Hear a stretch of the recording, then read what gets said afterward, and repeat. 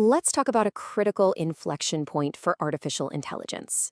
We need to forget the hype for a minute, because by 2026, the entire conversation around AI is going to shift away from evangelism and toward evaluation. For the past few years, the whole conversation around AI has been, well, it's been all about hype, right? So much speculation, so many flashy demos. But according to experts at Stanford and all the latest market data, that era is ending.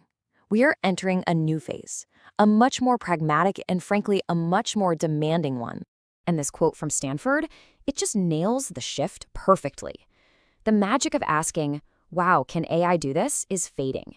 It's being replaced by the really hard-nosed business questions.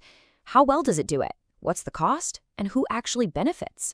Basically, the age of accountability for AI is finally here. Okay, so to really get a handle on this shift, we've got to look at how the technology itself is changing. Because we're moving way beyond simple assistants. We're stepping into the era of what you could call digital colleagues. So let's be super clear about the difference here, because it's huge. A co-pilot, that's a tool that helps you draft an email. But an AI agent, you can give it a goal, like plan the quarterly sales offsite, and it will go off and research venues, compare pricing, draft the invitations, all by itself. See, it's a massive leap from just being a tool to being a teammate. And this isn't science fiction, it's happening right now. And look, this isn't some pie-in-the-sky future promise. A whopping 80% of leaders are saying their AI agents are already delivering real, concrete, measurable ROI. That's a massive number. It tells you we are way past the let's just experiment phase. And the adoption rates, they back this up completely. More than half of organizations, 57%, are already trusting these agents with really complex, multi-stage jobs. We're not just talking about automating a single email anymore. We're talking about orchestrating entire business functions.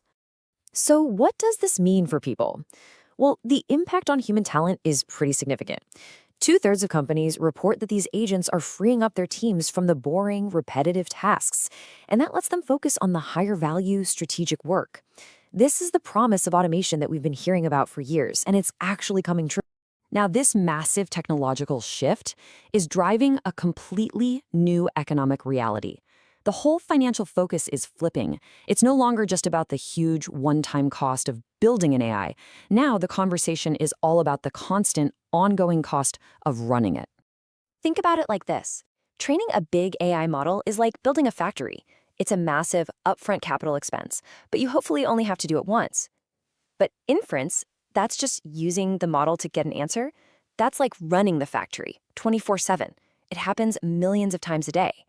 And that creates this huge, continuous operational cost, which changes absolutely everything about how you build your infrastructure. And because of those economics, we're seeing what you could call a great infrastructure rebuild in enterprise IT. Companies are moving away from a purely cloud-based model to a hybrid approach. They're blending the cloud with on-premise servers and even pushing compute to the edge, right where data is created. And why? It's all about managing costs, reducing delays, and guaranteeing reliability for the things that really matter. Okay, so we've covered the tech and the economics, but that forces us to look at the most important part of the equation, the human side. What does all this transformation mean for our strategy, for our skills, and for the very nature of how we work? For over a century, if you wanted to improve transportation, the answer was simple. You bred a faster horse. It was an incremental improvement on the system you already had. And honestly, a lot of companies today are treating AI exactly the same way, just as a tool to make their old processes a little bit faster. But that is completely the wrong mental model. True transformation never came from a faster horse. It came from inventing the automobile, and maybe even more importantly, the factory that could build it at scale. AI isn't an incremental tool. It's a whole new production system. And this analogy gives us a brand new way to think about our roles. The co-pilots we've been using, those were like the hand tools in an old workshop. But these new AI agent systems, they're the new automated assembly line. And so your new role as a leader is to be the factory manager. Your job is to design, oversee, and optimize this entire system of production. So this new role of factory manager or agent boss, well, it demands a totally different set of skills. It's less about doing the work and more about designing the work. Skills like agility, leading these new hybrid human-machine teams, creative process redesign, and really listening to both the system and the people, those become the things that truly matter. Now, as we shift from evangelism to evaluation, we have to be really clear-eyed about the significant risks and challenges. A pragmatic approach means we have to acknowledge the potential headwinds. And the first major risk is all about the market. With the massive investments and soaring stock prices, we're all forced to ask a critical question. Are we in a speculative AI bubble? The analysis suggests there is a very real risk here. The AI rally has been incredibly concentrated in just a few giant tech companies, and that creates a systemic vulnerability. By 2026, the market is going to stop rewarding hype and start demanding proof of broad, sustainable profitability across the economy. And if that doesn't show up, a sharp correction is definitely possible. The second critical question is operational. As we hand over more complex, multi-step workflows to these autonomous agents, can we actually trust them with our mission-critical systems? Well, there's a pretty big trust and security gap we have to address. The sheer complexity of these agents can lead to unpredictable, costly failures. Plus, with regulations like the EU AI Act becoming fully enforceable in 2026, that whole move fast and break things mantra, well, that's no longer an option. It's a liability. And fundamentally, the biggest barriers aren't even the AI itself. It's the quality of the data we feed it, which shows that for many, the hardest work is internal. So, in this new world of opportunity and risk, what's the playbook for leaders?